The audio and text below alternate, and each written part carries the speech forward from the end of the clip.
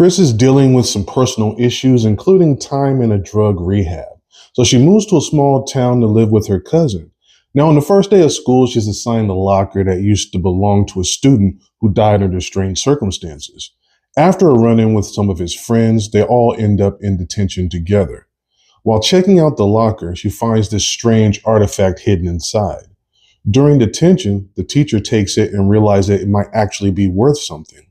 So to test it out, he blows the whistle attached to it. Later, her cousin sneaks back into the classroom and steals it. That night, one of them decides to blow the whistle again. The next day at school, they hear that the teacher has died also under mysterious circumstances. So now the big question becomes, is the whistle involved with all of these deaths? The idea of death hunting you isn't new, but this movie's take on it definitely feels fresh. In this world, the exact way you're going to die is determined the day you're born, and it's coming for you at the exact moment in your life. If you're meant to die at 80 or 35, that's when death's going to find you. But blowing the whistle lets death find you early, meaning you die today in the exact same way you were always meant to. So whether you have stage 4 lung cancer or you're passing away from old age, the same fate plays out instantly.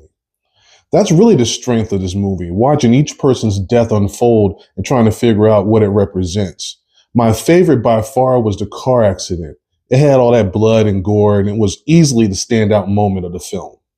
However, the execution of the concept is just downright awful. Instead of real characters, they slap together a handful of stock archetypes. You've got the nerd, the popular pretty girl, the jock that's a bully, the smart one who's also a lesbian, and of course, the new girl with a mysterious troubled past who is also gay, purely so they could force in this love interest subplot that never feels remotely believable.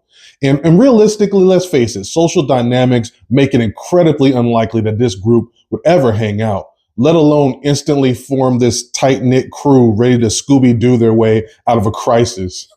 None of them are particularly likable or have any kind of chemistry. The performances are already weak, and then you got this clunky, poorly written dialogue. It only drags everything down. And in the solution that they came up with, it absolutely makes no sense when you compare it to the rules that the movie already established. And then to top it all off, it ends on one of the most ridiculous post-credit sequel setups I've seen in a long time. Outside of the core concept and a couple of the death scenes, there really isn't much to praise here. It's a Shudder movie, so it'll probably hit streaming pretty soon, and it's worth a look only if you're genuinely curious. Otherwise, this brings absolutely nothing new to the genre. It's basically the bargain bin, great value version of Final Destination. So what did you all think? Did the concept work for you? And which death stood out most to you, and which one was your favorite? Drop your thoughts in the comments, like, share, subscribe, and all of that good stuff. And I'll see you guys next time. Peace.